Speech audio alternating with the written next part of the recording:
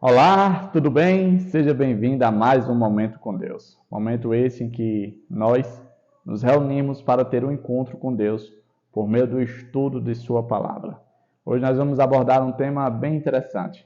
Hoje nós vamos falar sobre tempos da salvação.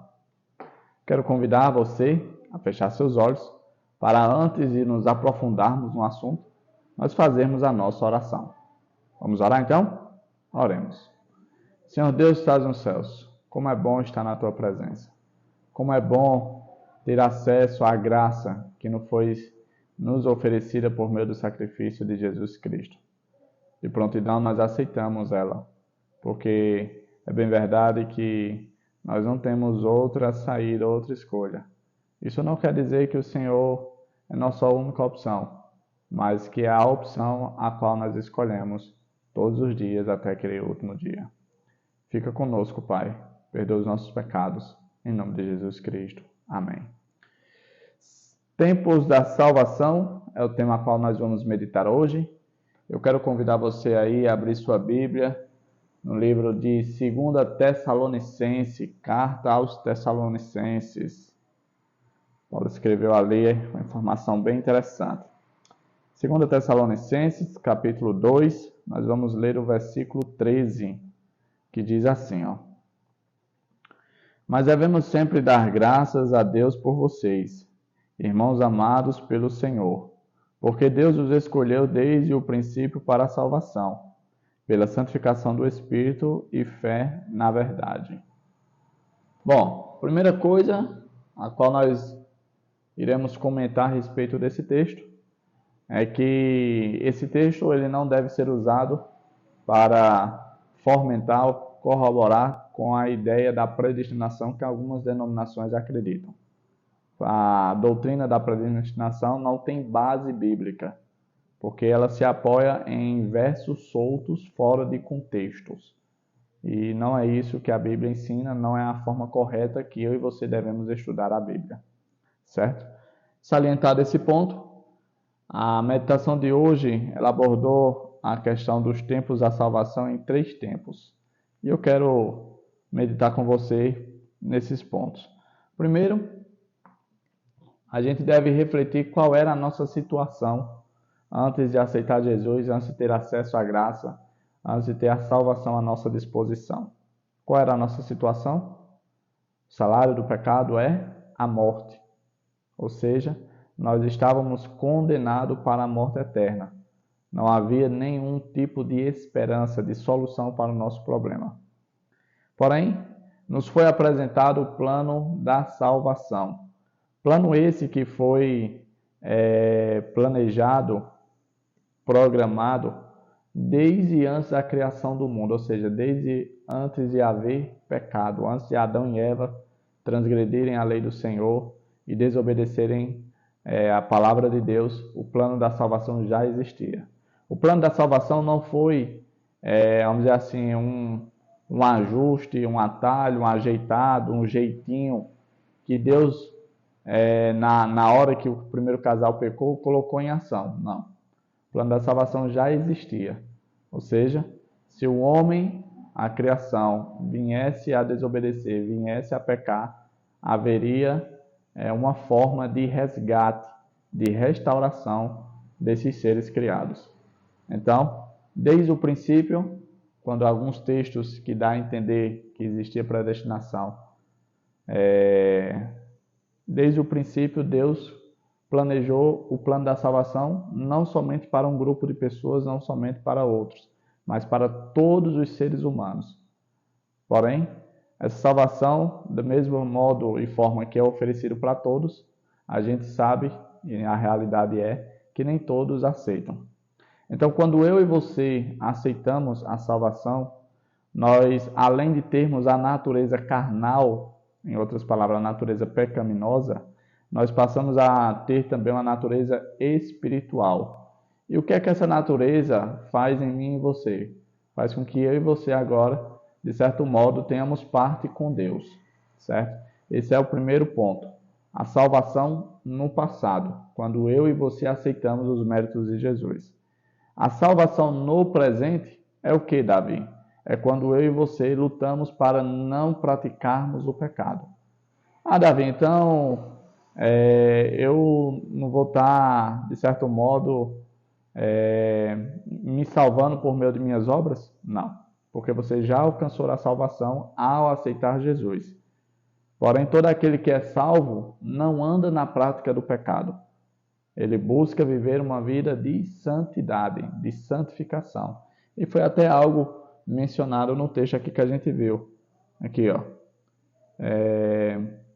Porque Deus os escolheu desde o princípio para a salvação, pela santificação do Espírito e fé na verdade. Ou seja, após eu e você conquistarmos a salvação por meio do sangue de Cristo, por meio da aceitação do sacrifício dele, da mediação que ele fez por mim e por você, agora nós temos que andar no processo de santificação. Esse é o processo da salvação no presente.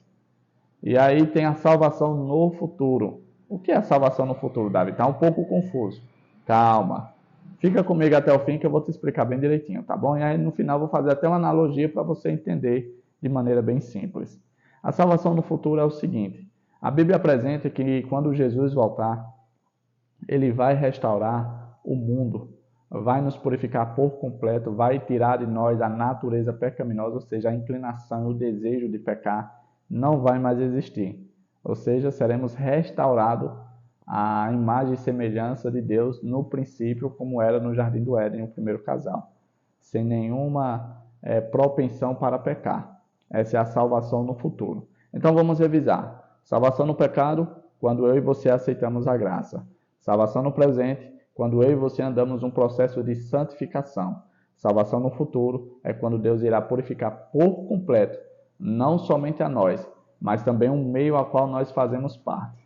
Tá certo? Então esses são os 3 tempos da salvação, a qual eu e você iremos trilhar. Tá bom? A analogia que eu prometi foi o seguinte, para você entender, isso servirá de exemplo. A gente, no passado, se encontrava no poço do pecado, na lama do pecado, sujo pelo pecado. Quando a gente aceitou Jesus, aceitou os méritos de Jesus, ele nos limpou. Porém, nós ainda continuamos em meio ao poço, em meio à lama do pecado. E aí, vez por outra, eu e você acabamos nos sujando. Por 2 motivos. Primeiro, porque nós estamos em um mundo cheio de lama de pecado. Segundo, porque eu e você ainda temos a natureza pecaminosa. E aí, se nós não ficarmos ligados à videira, ligados a Jesus, mantendo um relacionamento com o Espírito Santo, a gente não vai ter forças para perseverar em detrimento às tentações de Satanás. E aí a gente vai cair e vai pecar. Então, estamos no meio do poço, na lama do pecado, aceitamos a Jesus, nos purificou, nos limpou, e agora nós andamos, de certa forma, pelos passos de Jesus, caminhando na trilha dele para chegar àquele grande dia e assim sermos purificados por completo. O que é que vai acontecer? Jesus vai tirar-nos do poço. Jesus vai acabar com o poço, vai acabar com a lama que nos mancha, que nos suja. E aí nós voltaremos para o Éden. E lá no Éden nós estaremos limpos para todo sempre. Isso seguindo a analogia do pecado que nos suja. Tá certo? Então que eu e você possamos entender essas 3 fases, esses 3 tempos da salvação. Você já aceitou Jesus? Beleza, ok. Agora o próximo passo é andar em santificação. Davi, o que é andar em santificação? É lutar contra a tendência do pecado. É lutar para não andar na prática do pecado. É dizer não, quando a inclinação carnal disser assim, faz isso, isso é prazeroso, isso é gostoso, mas a sua consciência, a sua razão diz, isso desagrada a Deus, isso não é da vontade de Deus. E aí você, com a força de Deus, consegue dizer não para a tentação. Isso é o processo de santificação. E eu e você devemos andar nesse processo. Enquanto nós andamos no processo de santificação, vai chegar um momento que Jesus vai voltar. E aí vai dar um basta nesse processo e vai dizer, meu filho, deu certo, você chegou até o fim. Agora não precisa mais se preocupar com isso, porque eu vou acabar com toda essa tendência, com toda essa inclinação que você tem para fazer o que é errado. E você não mais vai precisar se desgastar tanto, sofrer tanto, por conta que você está lutando para ser fiel a mim. Porque você já mostrou que você é fiel a mim. E aí, Papai do Céu vai acabar com a natureza pecaminosa, vai acabar com o mundo de pecado, com todas as inclinações e paixões mundanas que, vez por outra, tentam nos atrair para o laço de Satanás. Tá certo?